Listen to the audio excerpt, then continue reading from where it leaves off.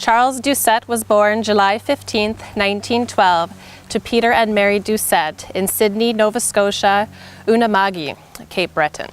Charles was the eldest of 5 siblings, Mary, Joseph, Louise, and Teresa. Charles was an Indigenous man from the Membertou Indian Reserve. Originally, the reserve was situated along the banks of the Sydney Harbour, and it was called Kings Road Reserve. The Mi'kmaq called it Kuntawiktuk, which means at the rock. However, in the late 1800s, a wealthy lawyer and member of parliament brought a parcel of land adjacent to the reserve and began a campaign to remove the Kings Road Reserve. Following many years of legal battles, the Mi'kmaq moved to what is now known as Membertou in 1926 to 1928. So Charles would have endured this upheaval in his life. Charles was fluent in the Mi'kmaq language, and he could speak some English. He attended school until grade 3, but had very limited writing skills in English. Upon enlisting, he produced an X as his mark instead of his signature. Charles was an avid hunter, and he enjoyed playing baseball as a pitcher. Charles worked in the Sydney area for J.W. Stevens, a lumber company where he worked doing building construction. He also worked odd jobs such as a mechanic and highway construction to support his family. Charles married Mary Jane October 4th, 1934 at Eskasoni Chapel, Cape Breton, Nova Scotia. They were both members of the Roman Catholic faith. Charles and Mary Jane would go on to have 4 daughters, Caroline, Rachel, Elizabeth, and Mary Teresa, the latter who was born while Charles was in training. In 1940, there was a surge of recruitment for young men for military service. Charles enlisted with the North Nova Scotia Highlanders June 19, 1940. He completed training in Amherst and Halifax. He was a few years older than most of the North Nova Scotians and was known as a family man, a calm individual who was well liked in the battalion. The strenuous physical training Charles endured was hard on his body.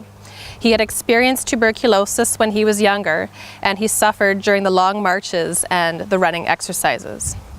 Those who knew him remember his terrible coughing fits, but how he never reported himself sick to a medical officer. The North Nova Scotia Highlanders were sent to the United Kingdom July 19, 1941, aboard the SS Orion. The men were given some leave upon arriving in Avonmouth.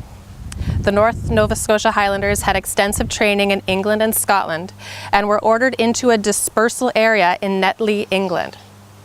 While waiting for D-Day, the North Novas enjoyed warm weather in Netley. Spirits were high with volleyball and baseball games, shows at night, and singing. The War Diary of the North Novas reports that the showers were excellent, so all the men were taking advantage and everyone was looking tanned and fit. During Operation Overlord, the North Novas were part of the 3rd Canadian Infantry Division. Charles was in C Company. They were waiting in landing vessels for the first landing to get a foothold on Juno Beach. Then they would flank the east side of the invasion and move to the front to lead the brigade the following day. It was difficult to land as the beach was blocked by crafts. The North Novas were to land through the 8th Canadian Infantry Brigade, who did not find the going as easy as expected per the War Diary. The battalion dug in between the Annecy and Cannes crossroads, so they did get fairly far. The next day, June 7th, 1944, the North Nova Scotia Highlanders were leading the advance south of Juno Beach towards Carpiquet Airfield. They arrived at Authie around noon. The German artillery began shelling in an attempt to stop the advance. The North Novas endured heavy losses at Authie and Biron. The German infantry had huge numbers and were supported by tanks and artillery. This was the 12th Panzer Grenadier Regiment, made up of aggressive and quite young soldiers. Some Canadians were killed, others captured. Charles Doucette was among the captured. He and other prisoners were brought to the Waffen SS regimental headquarters here at the Abbaye D'Ardenne. The Germans had taken many prisoners, and they held 150 at the Abbaye, which is 2 kilometers southeast of Authie. At the Abbaye D'Ardenne, a German non-commissioned officer came out and asked for 10 volunteers. No one volunteered. So therefore 10 men were selected at random, one of which was Charles. A Canadian officer was also included. These 11 men were brought to another part of the Abbaye and murdered, some by blows to the head, others by shots to the head. The next day, the Germans returned the payroll books to the prisoners, but no one claimed the books of those who had volunteered. Charles was initially listed as missing in action. Later on, his body was discovered and carefully buried at Benny-sur-Mer Canadian War Cemetery. The town of Authie has honored Charles and the 36 other Canadian soldiers who were killed by the Germans while being held as prisoners of war. There's a street in the town named 37 Place des Canadiens.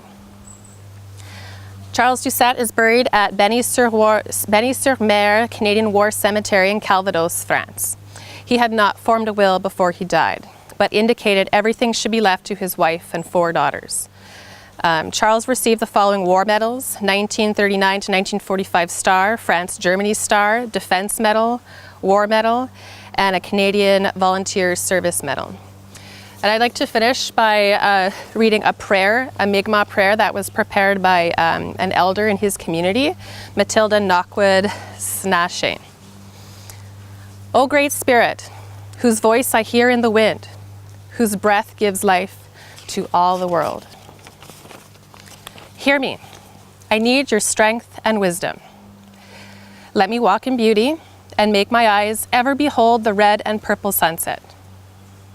Make my hands respect the things you have made and my ears sharp to hear your voice. Make me wise so that I may understand the things you have taught my people. Help me to remain calm and strong in the face of all that comes towards me. Let me learn the lessons you have hidden in every leaf and rock. Help me seek pure thoughts and act with the intention of helping others. Help me find compassion without empathy overwhelming me. I see strength not to be greater than my brother, but to fight my greatest enemy, myself. Make me always ready to come to you with clean hands and straight eyes.